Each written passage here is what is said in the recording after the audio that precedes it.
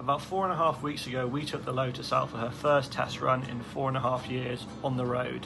Shortly after getting back from that amazing test run, one of my neighbours came walking over with a photo album. Now in this photo album were photos such as these two. That's my neighbour right there, sitting above the engine bay in a brown jumper.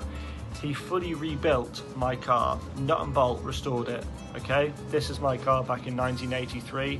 He put a new chassis on it, everything. Now this car has come right up north in the country, it's come right down south, and it's had 10 owners in between us.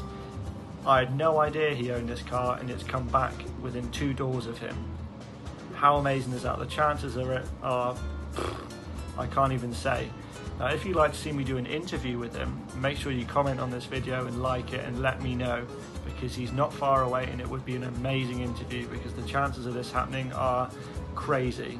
An amazing story. There you go.